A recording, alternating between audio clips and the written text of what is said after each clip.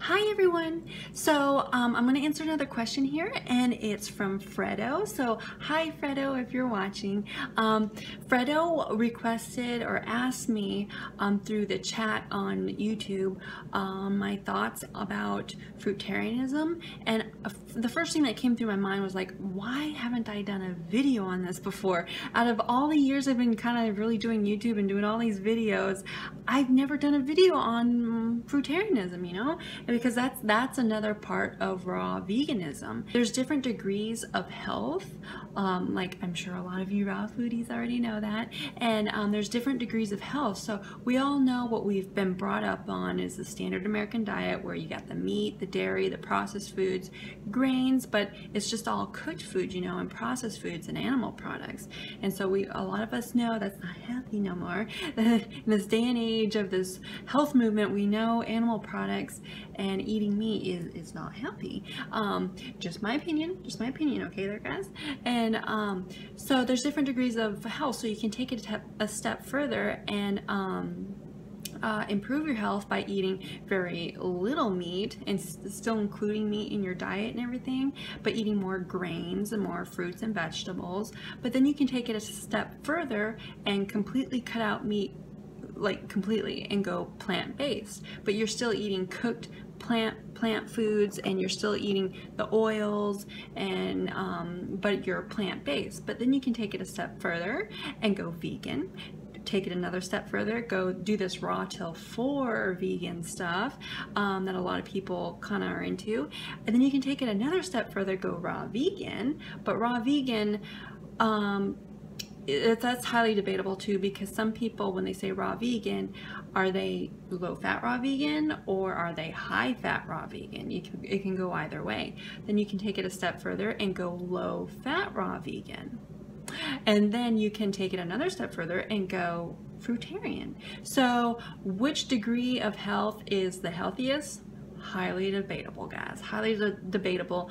In my personal opinion, I believe either low-fat raw vegan and fruitarianism is most optimal, and I think for our human bodies. But when it comes down to low-fat raw vegan and fruitarian, I'm not quite sure. Sometimes I think fruitarianism is the most optimal, but it goes back and forth. I don't know, you guys. For me, it goes, I agree with it. I agree with fruitarianism, but I also disagree with it, because I know fruitarianism is where you're eating only fruit, just fruit, no leafy greens, no veggies, none of those spices or herbs or anything. You're eating just fruit, only fruit, nothing else. Okay, only fruit, nothing else. And there's nothing wrong with that, and that is, I think, perfect for us though, because when I think about it and you really look at the scientific evidence about, first of all, we'll kind of tackle the scientific evidence of it, because a lot of you raw foodies already know the scientific evidence of the human body and everything, of how our digestive system was, how it's really designed and what it's created to what types of foods it's really created to digest is fruit. Because when we eat leafy greens are easy to digest, but like veggies are actually hard to digest, and sometimes, or actually usually, a lot of people only eat their leafy greens and veggies unless it's mixed in with a meal with other savory spices, plant spices and plant herbs, and even mixed with fruit to sweeten it up and to flavor it up. So essentially, again, we're kind of turning our veggies and our leafy greens into fruit, you know, trying to make it flavorful and sweet. And so, but that's debatable too. Just my thoughts there, guys. Just my thoughts, okay? And so that's kind of what I think about when I think about leafy greens and veggies.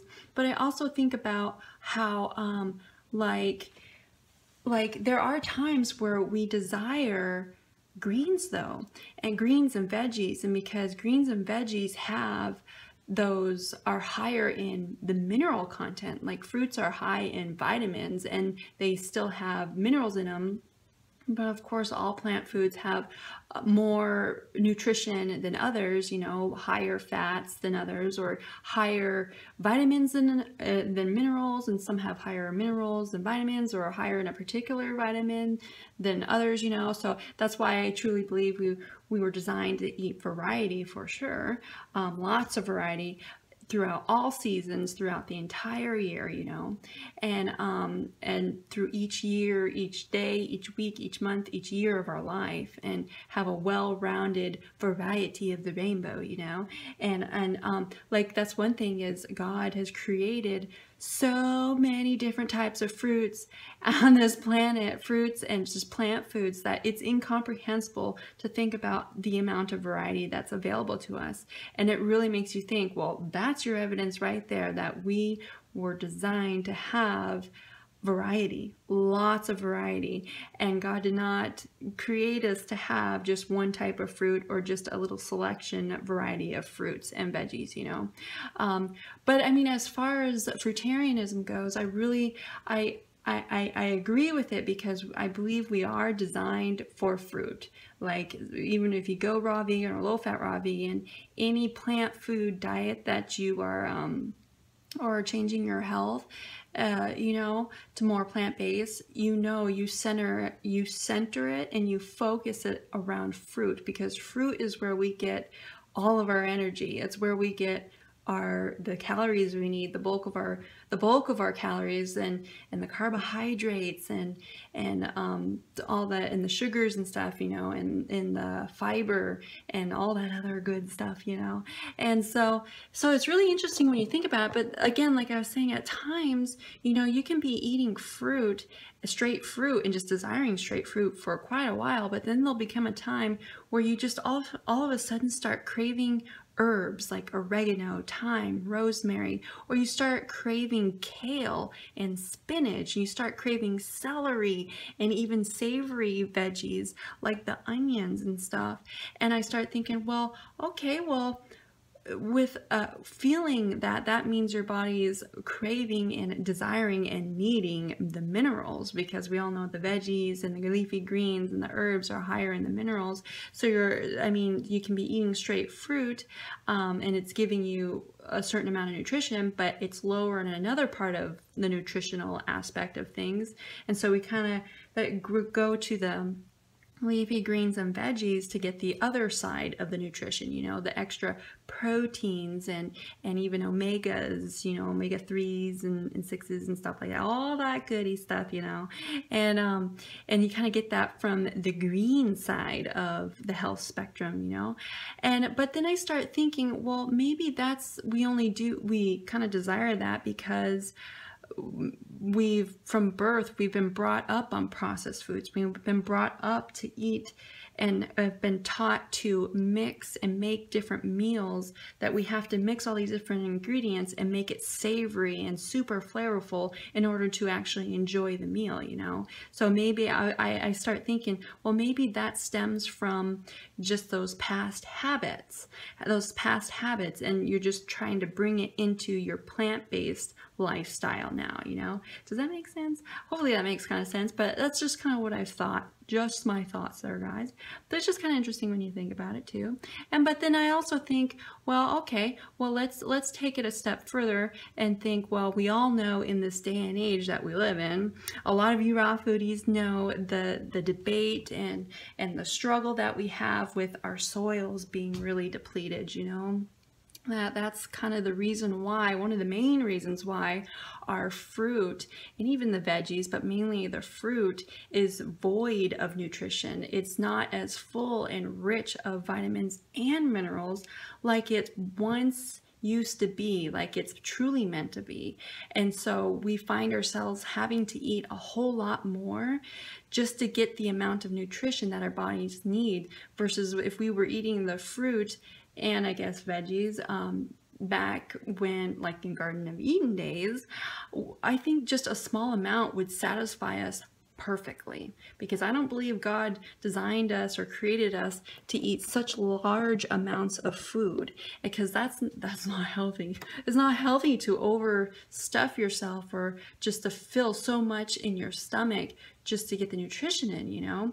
And so that's the struggle I believe that we face in this day and age. So that's where the smoothies, or that's where the blenders and the juicers come in handy, because we can up our nutritional content in a smaller amount, so it's easier for us, but we still get the amount of nutrition that we truly need, because our fruit and veggies are so void of it in its natural state, because our soils just aren't rich with the nutrients like it's supposed to be, you know.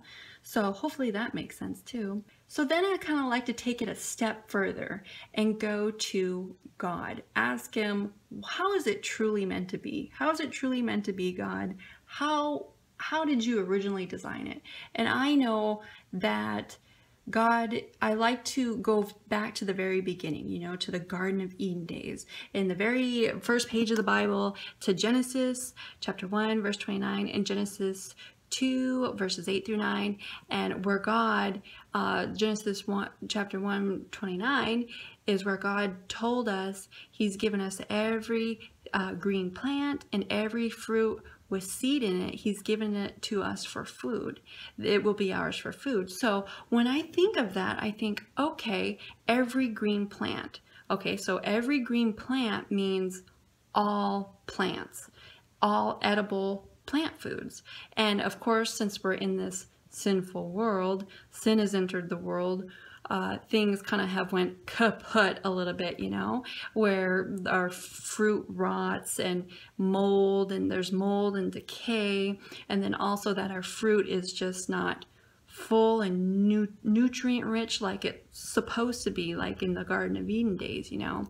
But that's kind of, I just start thinking of that. But then I think, okay, every green plant, so that means all the herbs, that means all the onions, that means all the starches, all the grains, all the plant foods, and then every fruit with seed in it, meaning all the fruits, every fruit with seed in it, all the fruits.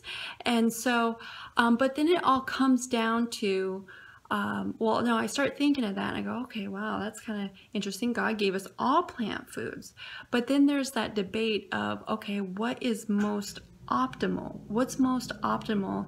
And that's where we can kind of go to scientific evidence in this day and age, where we can really find out how our digestion, what it's truly meant to digest. And it all comes down to fruit, because I know for me personally, I've experimented with it too.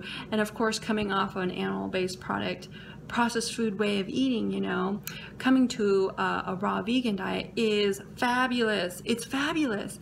But then you can take it a step further and cut out all the veggies and start eating just fruit. And I've done that for a while, and my goodness, the digestion is perfect and wonderful. And once you start including the veggies and kind of greens back in, the digestion kind of gets a little rough and tough there, you know, kind of gets kind of sketchy. And so that stuff like that makes me think, okay, maybe veggies, we weren't really meant for veggies. But I don't know, it's kind of back and forth. And I think if you want to be fruitarian, that is absolutely awesome for you. I think you truly can get everything you need from fruit, because there is that thing of, I know we're also meant to eat nuts and seeds, you know, and even legumes. There's beans and stuff that you can sprout that can still be raw. And but like the fruit, there are higher fat fruits, you know, like the avocados, durians, and coconuts. But actually, coconut is an actual nut.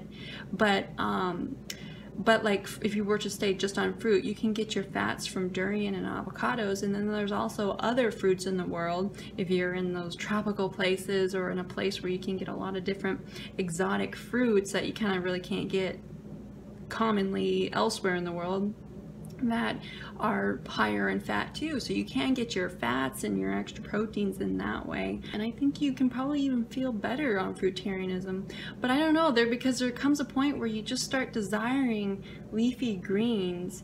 But I mean, then there's that scientific evidence out there that I've heard from other YouTubers, raw foodie YouTubers, that that eating leafy greens, that we're not really attracted to leafy greens, that when we eat leafy greens, we have to eat it with fruit in order to consume it and make it palatable, you know. But there are some leafy greens that are delicious to eat just the way they are, like iceberg lettuce. I love eating iceberg lettuce and even romaine all on its own. So it's highly debatable, highly debatable. And here's another thing.